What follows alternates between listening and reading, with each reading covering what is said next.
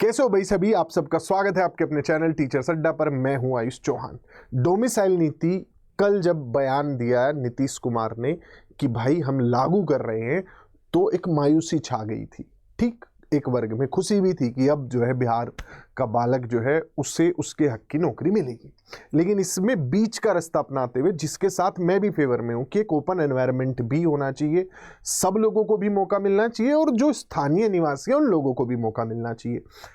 अब इसमें बहुत अच्छी नीति, नई डोमिसाइल नीति जो है लागू की जा रही है, जिससे कि सबको फायदा होगा। क्या वो नीति, उस पर चर्चा करेंगे।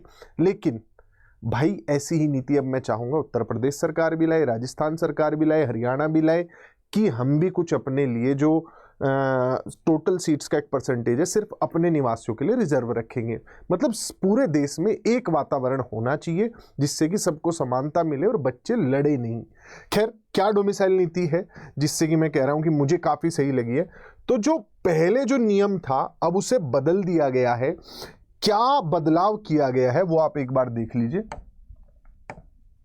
बदलाव किया गया है कि अध्यापक पद पर कुल रिक्त पदों का 40% पद बिहार राज्य के अंदर जो 10वीं और 12वीं किया है, जिन्होंने बिहार के शैक्षणिक संस्थानों से मैट्रिक तथा इंटरमीडिएट उत्तीर्ण किया है, वैसे ही छात्र जो हैं 40% सीटों के हकदार होंगे।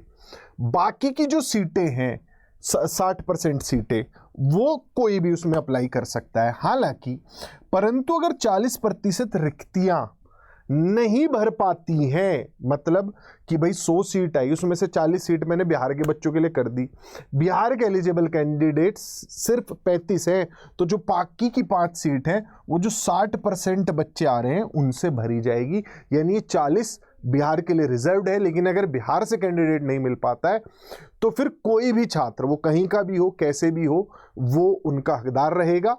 तो 100 में से 60 तो सबके लिए ओपन रखी गई है, 40 जो है सिर्फ बिहार के लिए रखी गई हैं, बिहार और अन्य राज्य के लिए ये 60। लेकिन अगर ये 40 भी नहीं भर पाती हैं तो यहां पर भी अन्य राज्य के छात्रों को मौका मिलेगा, जो कि मेरे हिसाब से एक बढ़िया बैलेंस स्टेट है।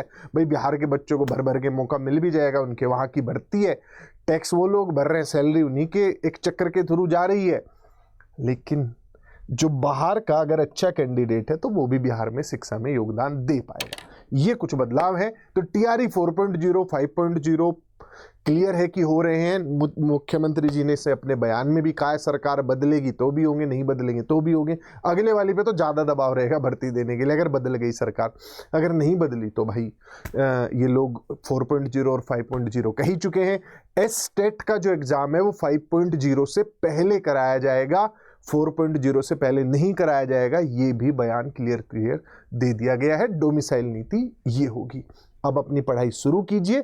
अब इफ एंड बट कुछ भी नहीं बचा है। सितंबर तक वैकेंसीज 4.0 की आ रही हैं। नीचे स्क्रीन पे नंबर है, काउंसलर से बात कीजिए और अपने मनपसंद बैच में जुड़ जाइए।